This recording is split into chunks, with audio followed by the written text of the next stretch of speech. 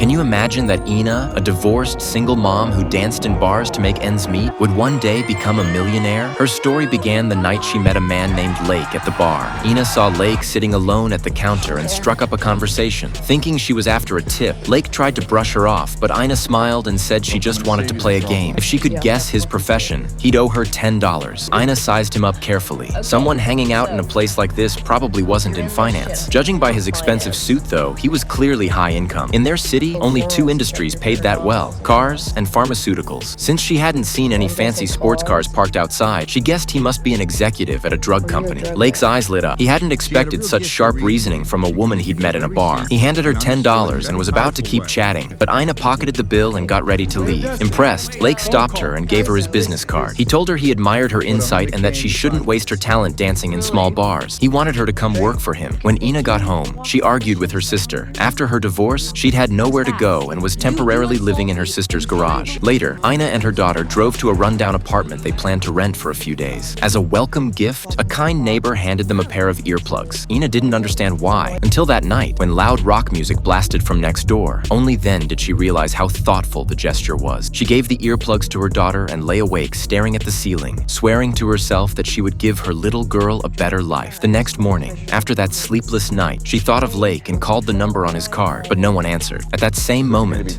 Lake was busy pitching his company's new cancer painkiller, Lonafen, to a group of clients. He proudly compared its effect to a Navy SEAL strike team. While other drugs took 30 minutes to work, Lonafen worked in 5, but the clients had done their homework. If the drug was that effective, why was its market share barely 1%? And worse, they discovered the company was in debt and that Lonafen contained some questionable, possibly illegal additives. Even if the amounts were technically within legal limits, the clients were hesitant to invest. Just then, Lake's phone rang. He looked out the window, and to his surprise, Ina had shown up at his office. He suddenly realized his business card didn't even have an address printed on it. Yet Ina had tracked him down anyway. A woman with that kind of initiative, he thought, was exactly the kind of talent his company needed.